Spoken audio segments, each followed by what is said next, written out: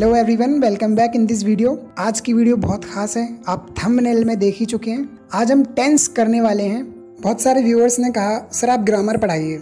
मैंने कहा चलो यही ठीक है। तो इंग्लिश ग्रामर में सबसे इंपॉर्टेंट टॉपिक जो है वो टेंस है, और अगर टेंस आपने क्लियर कर लिए, बिल्कुल अच्छे से पढ़ लिए, तो यकीन मानिए कि आप 60% ग्रामर कंप्लीट कर चुके हैं। तो आज की वीडियो में हम पहले टेंस को डिटेल में देखेंगे, यानी कि प्रेजेंट इंडेफिनिट टेंस के बारे में बात करेंगे। क्योंकि अगर हम एक वीडियो में पूरे टेंस को कवर करेंगे तो वीडियो भी लंबी हो जाएगी और आप बोर भी हो जाओगे। इसलिए मैंने सोचा कि एक एक टेंस को उठाएंगे और सेपरेटली वीडियो में हम उसको डिस्कस करते चलेंगे।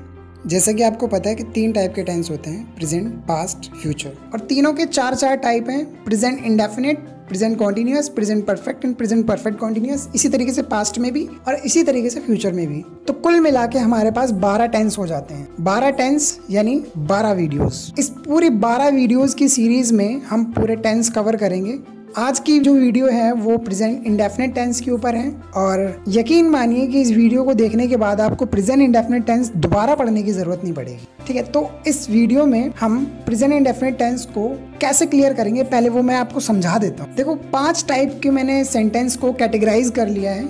अफर्मेटिव सेंटेंस यानी हाँ वाले वाक्य, पॉजिटिव सेंटेंस। नेगेटिव सेंटेंस यानी नहीं वाले वाक्य, जो कि नकारात्मक सेंटेंस कहलाते हैं। इंटेरोगेटिव फर्स्ट, जो क्या से शुरू होते हैं सेंटेंस, यानी प्रश्न क्या से किया जाता है, तो वो इंटेरोगेटिव फर्स्ट कहलाएंगे। इंटेरोगेटिव सेकंड कौन से? वो सेंटेंस जो WH फैमिली से स्टार्ट हो, इंग्लिश में WH फैमिली से जो स्टार्ट हो, वो इंटेरोगेटिव सेकंड। और फाइनली लास्ट में इंटेरोगेटिव प्लस नेगेटिव दोनों को कंबाइन करके हम प्रेजेंट इंडेफिनिट टेंस को क्लियर करेंगे। ठीक है, आई होप कि आपको ये बात क्लियर हो गई होगी। अब हम प्रेजेंट इंडेफिनिट टेंस को समझेंगे डिटेल में। ठीक है, तो चलो समझते हैं। प्रेजेंट इंडेफिनिट टेंस की पहचान होती है ता है, ती है, ते है, ता हूं, ते हो। हिंदी के जब भी सेंटेंस आप पढ़ोगे तो उसमें अगर लास्ट में ता है, ती है, ते है, ता हूं, ते हो अगर आता है तो वो डेफिनेटली प्रेजेंट इंडेफिनिट टेंस होता है। प्रेजेंट इंडेफिनिट टेंस में अफर्मेटिव सेंटेंस में हेल्पिंग वर्ब का यूज नहीं होता है। ठीक है, इसका रूल देखते हैं। सब्जेक्ट वर्ब की फर्स्ट फॉर्म प्लस एस या ईएस प्लस ऑब्जेक्ट। यानी रूल बिल्कुल सिंपल है। यहाँ पे हेल्पिंग वर्ब को आप याद नहीं रखना है ही नहीं, तो याद क्या करोगे? प्रेजेंट इंडेफिनिट टेंस में अफर्मेटिव में सब्जेक्ट लगाओ, उसके बाद ठीक फर्स्ट फॉर्म, फिर एस या ईएस, फिर ऑब्जेक्ट। ठीक है, तो अब एस या ईएस का जो रूल है वो मैं यहाँ पे पहले क्लियर कर देता हूँ, फिर उसके बाद हम सेंटेंस लेते हैं। यूज ऑफ एस या ईएस।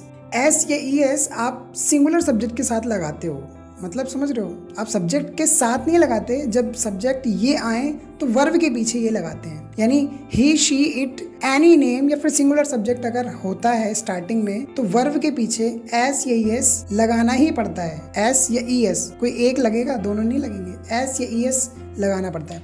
अगर सब्जेक्ट की जगह पर I, we, you, they plural subject हो तो हम वर्ब बिल्कुल खाली छोड़ते हैं, एस ईएस बिल्कुल नहीं लगाते हैं। ठीक है, तो जैसे एग्जाम्पल लेते हैं एक आध। वह खेलता है, ही प्लेज। वह यानी ही है, सिंगुलर है, इसलिए हम प्ले लगाएंगे और उसके बाद एस लगा देंगे। ठीक है, प्लेज। अगला सेंटेंस है मैं गाना गाता हूँ, आई सिंग अ सॉन्ग। सिंपल है। रेशमा कपड़े धोती है, Reshma washes the clothes. I hope कि क्लियर हुआ होगा। अगर सिंगुलर सब्जेक्ट होगा तो हम क्या करेंगे? वर्ब के पीछे एस या ईएस लगाएंगे, और अगर प्लूरल सब्जेक्ट होगा तो वर्ब के पीछे एस या ईएस नहीं लगाएंगे। अब बीच वाला जो सेंटेंस है मैं गाना गाता हूँ, तो वहां पे आप सोच रहे होगे आई सिंगुलर। नहीं, आई सिंगुलर भी ट्रीट किया जाता है, आई प्लूरल भी ट्रीट किया जाता है, लेकिन रूल ये है कि आई के साथ हम वर्ब के पीछे एस या ईएस नहीं लगाते हैं। क्लियर है? अब एक डाउट और उठता है, आप ये पूछोगे सर एस या ईएस दोनों में से कौन सा कब लगाते हैं? एस कब लगाते हैं, ईएस कब लगाते हैं? बहुत ही सिंपल सी चीज है। रूल ये कहता है कि अगर वर्ब के अंत में, लास्ट में लेटर्स अगर ये हों, CH, SH, O, SS, X, ठीक है, ये लेटर्स अगर आए वर्ब के लास्ट में तो हम ES पुट करेंगे। बाकी जितने भी वर्ब्स आए उन सब के साथ हम एस लगा देते हैं। क्लियर हो गया होगा? नहीं हुआ? चलो एग्जांपल लेके क्लियर करते हैं। जैसे नीचे हमने कुछ वर्ड्स ली, टीच, CH आया लास्ट में तो हमने ES जोड़ा। टीचेस, मान लो अगर टीचेस ES ना जोड़ते, सिर्फ S जोड़ते, तो आप उसको प्रोनाउंस कैसे करते? टीच। अरे नहीं, गलत हो गया, टीचेस। ठीक है, अगला वाला देखो एक बार वर्ब एक और साइड में, वॉश। वॉश में अगर हम S जोड़ दें तो वॉश कैसे बोलोगे? गलत हो गया, वॉशेस। गो, गोज, S नहीं लगा सकते, GOS क्या होता है? गोस, गोज। ठीक है, क्रॉस, क्रॉसेस। फिक्सिस। क्लियर हो गया होगा। फिक्स में क्या है, एक्स आया है, तो यानी CHSHOSS और ऑक्स। अगर ये पांचों आइडेंटिफिकेशन अगर आपको लास्ट में दिखती है वर्ब के, तो आप ये समझ लो कि वहाँ पे हमें ES पुट करना है। नई नॉलेज मिली, आगे बढ़ते। कुछ सेंटेंस लिख लेते हैं ताकि हमें और क्लियर हो जाए। राहुल स्कूल जाता है, Rahul goes to school. Soni कहती है, सोनी सेज। रोहित डांस करता है, रोहित डांसेस। अंजलि मुझसे बात करती है, अंजलि टॉक्स टू मी। मैं नहाता हूँ, आई टेक बाथ। वह छत पर सोता है, he sleeps on the terrace. हम तुम्हारा काम करते हैं, we do your work. I hope कि क्लियर हो गया होगा अफर्मेटिव सेंटेंस में।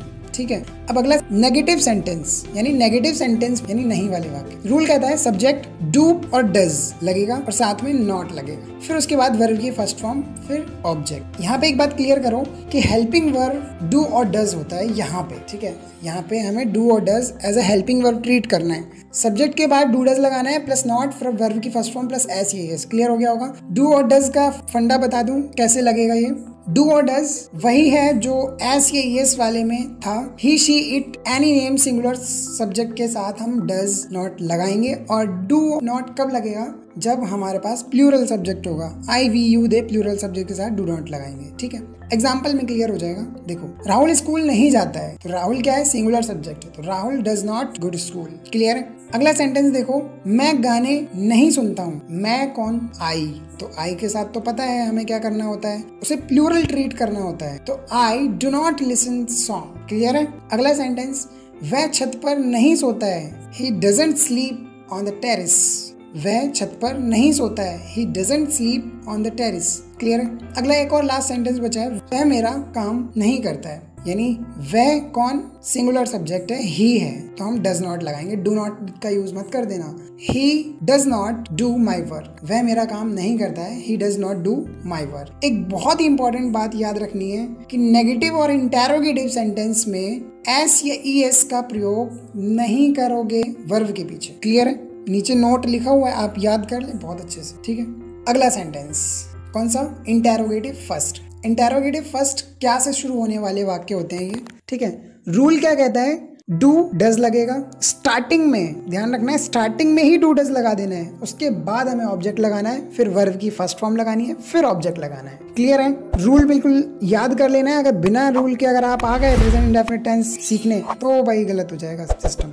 ठीक है, यूज ऑफ डू डज आपको पहले ही बता चुका हूँ, यहाँ भी फिर लिख दिया एक बार मैंने दोबारा, ताकि आपके दिमाग में चढ़ जाए। क्या है भाई, he she it any name singular subject के साथ आप डज नॉट लगाओगे, और I we you they plural subject के साथ आप डू नॉट लगाओगे। क्लियर है।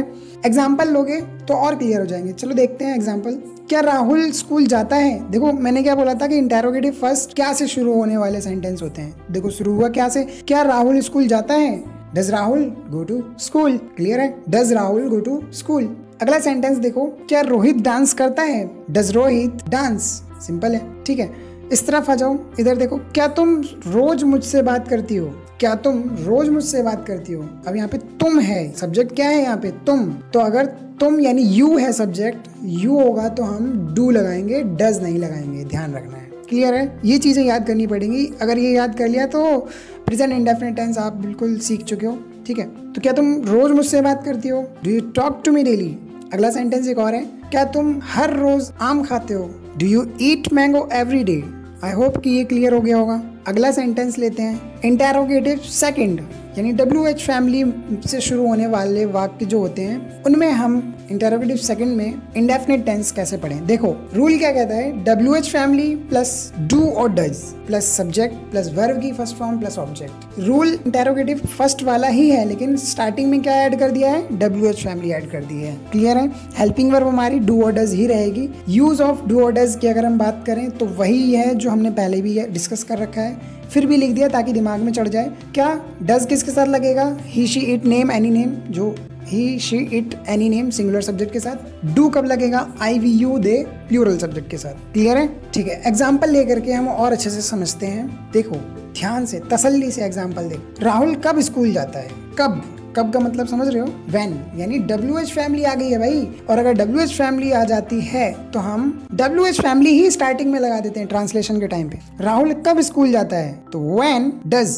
रूल देखो, WH family, do does, subject, verb, और ऑब्जेक्ट। तो यहाँ पर भी हमें ऐसे ही करना है, WH फैमिली यानी व्हेन, डू डज में से चूज कौन सा करोगे, डज। क्यों? क्योंकि राहुल है। राहुल कौन है? अरे नाम है, नाम के साथ तो हमें डज लगाना होता है, आपको बता चुका हूँ। When does Rahul go to school. Clear हो गया? अगला सेंटेंस देखो नीचे, सोनी क्या कहती है। क्या WH फैमिली वाला है ये, वो वाला नहीं है। आप सोचो क्या से शुरू नहीं हुआ है, क्या तो बीच में आया है, ठीक है। यानी क्वेश्चन वर्ड अगर सेंटेंस के बीच में आए तो समझ जाना वो WH फैमिली वाला सेंटेंस है, इंटेरोगेटिव सेंटेंस है। सोनी क्या कहती है, व्हाट डज सोनी से।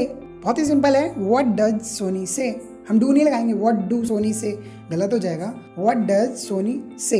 एक अगला सेंटेंस और, अंजलि किससे बात करती है। किससे, किससे की मीनिंग होती है विद होम। तो अंजलि किससे बात करती है, with home does Anjali talk. With home does Anjali talk. Clear है? अगला सेंटेंस और ये लास्ट सेंटेंस है इस वाले टाइप का, ठीक है। रोहित डांस क्यों करता है, व्हाई डज रोहित डांस।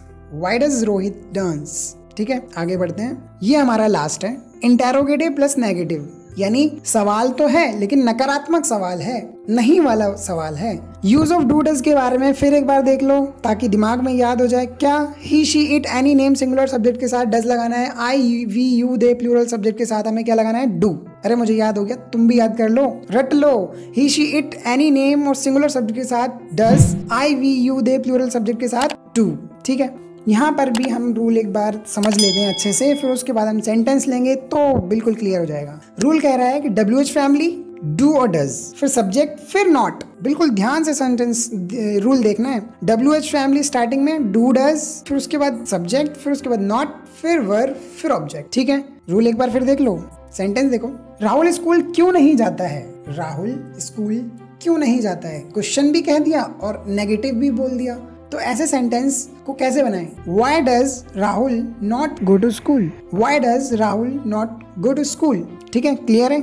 आप इस सेंटेंस को इस तरीके से भी बोल सकते हो, Why doesn't Rahul go to school? अच्छा लगा? हाँ जी, अच्छा लगेगा, क्योंकि हम जब does not को एक साथ मिला के पढ़ेंगे तो हम सेंटेंस को और अच्छा बनाएंगे। अगर आप एक साथ मिला के नहीं बोलोगे तो आपको नॉट राहुल के बाद लगाना पड़ेगा, ध्यान रखना है। अगर आप उसका कंपोजिशन यूज नहीं कर रहे हो तो आप डज अलग और राहुल के बाद नॉट का यूज करोगे। ठीक है, तो why does Rahul not go to school. Clear है? अगला सेंटेंस, अंजलि मुझसे बात क्यों नहीं करती है। Why does Anjali not talk to me. Why does Anjali not talk to me? Clear है ना? इसको दूसरे तरीके से कैसे बोल सकते हैं, Why doesn't Anjali talk to me? ठीक है, तो जब आप कंपोजिशन यूज करोगे ना डज और नॉट का, तो उसको एक साथ करेंगे, फिर अंजलि को हम थोड़ा साइड कर देंगे। मतलब वैसे साइड नहीं करना, सेंटेंस में हम डजंट एक तरफ, अंजलि इस तरफ कर देंगे। ठीक है, तो Why doesn't Anjali talk to me? इधर सेंटेंस में हमने ऐसे ही कर रखा है। देखो, सोनी किससे नहीं कहती है। अब वो कुछ भी कहे, हमें उससे मतलब नहीं है, लेकिन सेंटेंस हमारा क्या है, सोनी किससे नहीं कहती है। विद होम डजंट सोनी से। विद होम डजंट सोनी से। क्लियर हो रहा है ना? अगला सेंटेंस एक और लास्ट वाला है, तुम चाय क्यों नहीं बनाती हो। Why don't you prepare tea? Why don't you prepare tea? ठीक है, आई थिंक कि आपको बिल्कुल क्लियर हो गया होगा। अगर हाँ फिर भी कुछ डाउट रह जाता है तो आप कमेंट सेक्शन में पूछ सकते हो। आज की वीडियो में हमने प्रेजेंट इंडेफिनिट टेंस को क्लियर कर लिया है। इसमें अगर कोई डाउट होता है तो आप पूछ सकते हो। अगली वीडियो में मिलेंगे प्रेजेंट कॉन्टिन्यूअस टेंस के साथ। तब तक के लिए विदा लेता हूँ, मिलते हैं नए एपिसोड में। वीडियो अगर पसंद आ रही हो तो आप लाइक करें, अपने दोस्तों में शेयर भी करें, चैनल सब्सक्राइब कर लें।